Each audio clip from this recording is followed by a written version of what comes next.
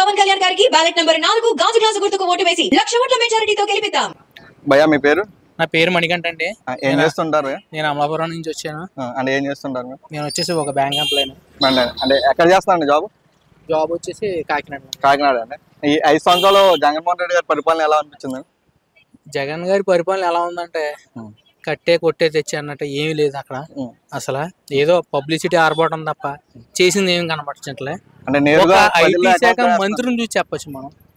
IT శాఖ మంత్రిని బట్టి చెప్పచ్చు. జస్ట్ ఏ క్వాలిఫికేషన్ ఉందని ఇచ్చాడు, ఒక్క ఎంప్లాయ్మెంట్ లేదు అక్కడ. అంటే 13 లక్షల కోట్లు పెట్టుబడి తీసుకొచ్చారన్న. ఒక అన్ఎంప్లాయ్మెంట్ సర్వే చూస్తే తెలుస్తుంది మనకి. ఈ 5 ఏళ్లలో ఎంప్లాయ్మెంట్ నుంచి ఒక వాలంటీర్ వ్యవస్థ ఇచ్చేసి, ఏదో చిన్న సైజ్ సచివాలయం వ్యవస్థ ఇచ్చేసి, అది కూడా ఎలక్షన్ టైంలో వాడుకున్నాం అన్న వీలో చేసిందే తప్ప ఇది ఏదన్నా ఒక ఐటీ గార్డర్ తీసుకురావడం కానీ, బిజినెస్ పరంగా డెవలప్మెంట్ యువతనే తీసుకెళ్ళడం కానీ, వాళ్ళకి ఉద్యోగాలు కల్పించడంలో కానివ్వండి, లేదంటే బిజినెస్ పరంగానో, లేదంటే వాళ్ళకి పారిశ్రామికంగా గానో, లేదంటే ఈ వ్యవసాయం సంబంధించి గానో, ఇంకో రకంగా ఏదో రకంగా ఒక డెవలప్మెంట్ అనేది తీసుకెళ్ళడం అనేది ఎక్కడా జరగలేదు. అంటే ఆ జాబులు కూడా 2014 to 19 ముందు వచ్చినాయి తప్ప ఇప్పుడు లేవు. మెగా డిఎస్సి అన్నాడు, ఎక్కడా లేదు, అసలు కనిపించలేదు. మెయిన్ ఏంటంటే యువతకి ఏం చేస్తాడు అన్నది లేదు. ఎంప్లాయ్మెంట్ అనేది, అన్ఎంప్లాయ్మెంట్ విపరీతంగా పెరుగుతుంది.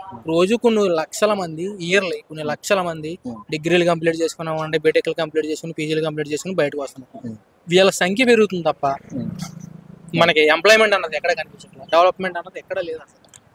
ఏదో అప్పు తెచ్చామా, ఏదో 4 బిల్డింగ్లో, లేదంటే ప్రజలు ఏదో ఒకటి తాకట్టు పెట్టి తెచ్చామో పెట్టడం. అంటే ప్రజల అకౌంట్ లో నేరుగా డబ్బులు వేస్తున్నాడు. ఎవరికి డబ్బులు వేస్తున్నాడు? ప్రజల డబ్బులు ప్రజలకే వేస్తున్నాడు. ఇప్పుడు ప్రజల డబ్బులు అంటే ప్రజల పన్నుల మీద వచ్చిన డబ్బులు ఒక్కటే కదా, వాళ్ళ ఆస్తులు అమ్మి చేస్తున్నాడు కదా, ఆ విషయం వాళ్ళకి తెలియట్లేదు కదా. అదొకటి. వాళ్ళ డబ్బులు వేస్తున్నాడు అంటే అవి కూడా ఎక్కడ అందుతున్నాయి? 10 రూపాయలు ఇచ్చేది ఒకట, 10 రూపాయలు ఇస్తే 50 రూపాయలు తింటున్నాడు. ఏదైనా ఒక పథకం పేరు చెప్పి అమ్మఒడి 15,000 ఇస్తున్నాడా, లేదా ఇంకోటి అని ఇంట్లో వస్తున్నారు, ఇన్ని పథకాలు మీ 1,00,000 రూపాయలు లబ్ధి పొందారు మీరు అని గట్టా చెప్తున్నారు. బట్ వీళ్ళు తీసుకున్నది ఒకసారి చూస్తే మనం 10 లక్షల పైనే ఉంటుంది ప్రజల నుంచి తీసుకెళ్ళి. ట్యాక్సులు అయితే కానివ్వండి, ఏదైతే కానివ్వండి, ఆ ట్యాక్సులు పెంచి, రేట్లు పెంచి, అన్ని వస్తువులు పెంచుతున్నారు. అట్ ది సేమ్ టైం ఇది ఏది సరిపోనట్టు రోజుకు ఒక ఐటమ్ అమ్మేస్తున్నాడు. అదే వస్తువు అమ్మినట్టు, ఇంట్లో వస్తువు అమ్మినట్టు అమ్మేస్తున్నాడు. స్థలాలని, భూముల్ని, ఏది ఉంటుంది అన్ని తాకట్లోనే ఉంటున్నాడు ప్రతిదీ కూడా.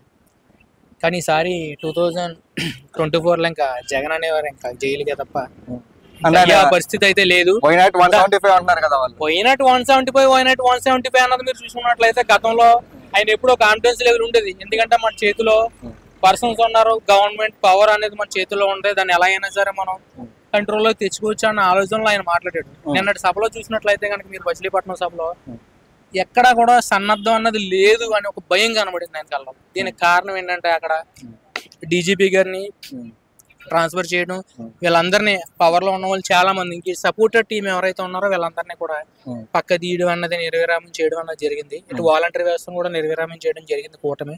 అటు బీజేపీ, జనసేన, టీడీపీ కలిసి ఎక్కడైతే ఏదైతే బలం అనుకున్నాడో దాన్ని తగ్గించడం జరిగింది.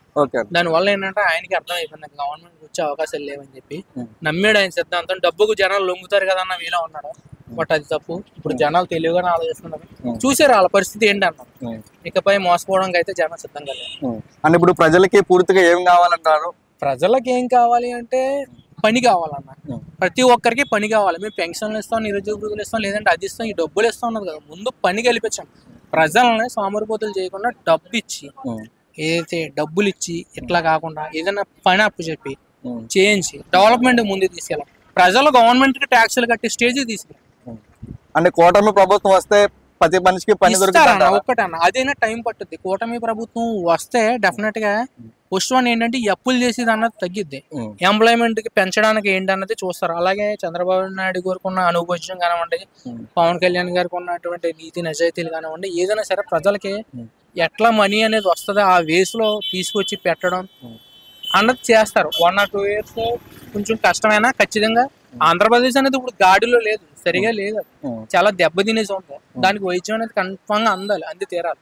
అది వాళ్ళ వల్ల అవుతుంది, జగన్ గారి వల్ల అయితే అవ్వదు ఖచ్చితంగా. అంటే జగన్మోహన్ గారు దెబ్బ తగిలించడం అని ఒక్కసారి మనం ఆయన అభివృద్ధి ఎలా ఉందని చూసుకుంటే 2 రోజులు వర్షాలు, ఒక్క రోజు వర్షం కూర్చుంది, ఆ ఒక్క రోజు వర్షానికి రోడ్లు ఎలా అయిపోయినాయి చూడొచ్చు మనం. అది అభివృద్ధి తెలుసు. అంటే ఆయన ఇంకో ఛాన్స్ నేను ఒక్క ఛాన్స్ అన్నారన్న, ఒక్క ఛాన్స్ ఇచ్చాం, ఒక్క ఛాన్స్ అన్నారు, ఒక్క ఛాన్స్ ఇచ్చాం, అయిపోయింది. ఆ ఒక్క ఛాన్స్ లోనే ఎంత దెబ్బ తీసారో అంత దెబ్బ తీసాడు. ఇంకా మళ్ళీ ఛాన్స్ ఇవ్వాలంటే ఇంకా కష్టం, అసలు కష్టం. ఓకే, 2019 ముందు జగన్మోహన్ రెడ్డి గారు అమరావతి రాజధానిగా ఆయన కూడా సపోర్ట్ చేశారు. ఇప్పుడు ఆయన అధికారంలోకి వచ్చిన తర్వాత 3 రాజధానులు ఆయనే చెప్పారు అసెంబ్లీలో 2019కి ముందు. అసెంబ్లీలో ఆయన ఒక్క రాజధాని విజయవాడ రాజధాని అన్నప్పుడు ఆయన ముందుకు వచ్చి సరైన దానికి అంగీకారం తెలిపాడు. తర్వాత అధికారంలోకి రాగానే 3 రాజధానులు దేనికన్నా ఎక్కడో కర్నూలులో ఒక పర్సన్ ఉంటాడు, ఇటు వైజాగ్ లో ఒక పర్సన్ ఉంటాడు. అందరికీ సమానత్వంగా మధ్యలో ఉండాలి తప్ప ఇక్కడో పని అక్కడో పని అంటే ఎట్లా తిరుగుతారు? అంటే 3 రాజధానులు ఏమన్నా స్టార్ట్ చేశారంట పనులు? చేసేది ఉండదు అన్న, కష్టం అది. ఎందుకంటే ప్రజలకు అనేది అందుబాటులో ఉండాలి రాజధాని అన్నది, అందరికి అందుబాటులో ఉండాలి. పులివెదుల నుంచి వైజాగ్ వెళ్ళాలంటే అంత టైం పడుతుంది ఆయన నియోజకవర్గంలో ఒక పర్సన్ కి. ఆయన నియోజకవర్గంలో పర్సన్ సీఎం అని కలవాలంటే అంత టైం పడుతుంది. ఆయనే ఎమ్మెల్యే, ఆయన కలవాలంటే అంత దూరం వెళ్ళాలి ఒక పర్సన్. అంటే 2019లో అధికారం ఇస్తే కేంద్ర మెడల్ నుంచి స్పెషల్ స్టేటస్ అని తీసుకొస్తామని చెప్పారు. 2019లో ఇచ్చారు, ఆల్రెడీ 22 ఎంపీలను ఇచ్చారు. అప్పుడు చేత కాలేదు, ఇప్పుడు చేతన వద్దా? ఇప్పుడు చేస్తారు ఆయన, సమస్య లేదు అసలు. ఆయన చేతులు ఏం లేదన్న, కేసులు భయపడి వెళ్ళి కాలేజ్ అన్నాలు పెట్టి రావడం తప్ప చేసేది అయితే ఏం ఉండదు, ఖచ్చితంగా చెప్పగలం. ఎందుకంటే ఆల్రెడీ ఇచ్చారు, 22 ఎంపీలు ఇచ్చారు, ఏం చేసి ఇచ్చారు? చేసింది. ఓకే, మళ్ళీ జగన్ గారు గెలిస్తే ఏంటి పరిస్థితి అంటారు? కష్టం అన్న ఆంధ్రప్రదేశ్. అంటే ఆయన అధికారం అంటే ఈజీగా అయితే వదులుకోవడానికి ఛాన్స్ గా లేదు, మామూలుగా చూస్తున్నారు మీరు. అవును, ఖచ్చితంగా ప్రజలైతే ఖచ్చితంగా తెలుసుకోవాలి, దీని మీద ఆలోచించే ఓటు అనేది ముందుకెళ్ళాలి. బట్ ఏంటంటే చాలా అప్పులు ఆంధ్రప్రదేశ్ అయిపోయింది, చాలా తీవ్రమైన పరిస్థితి వస్తుంది. దీని మీద ఆలోచించి ఇప్పటికైనా అది తప్పించకపోతే ఉన్న రోజుల్లో చాలా ప్రమాదం, చాలా అంటే చాలా ఇంకా ఎలా అయిపోద్ది అంటే రాష్ట్రాన్ని తాకెట్టు పెట్టే స్టేజ్కి వెళ్ళిపోతుంది ఖచ్చితంగా. ఇప్పుడు పవన్ కళ్యాణ్ అయితే 21 సీట్లో పోటీ చేస్తున్నారు.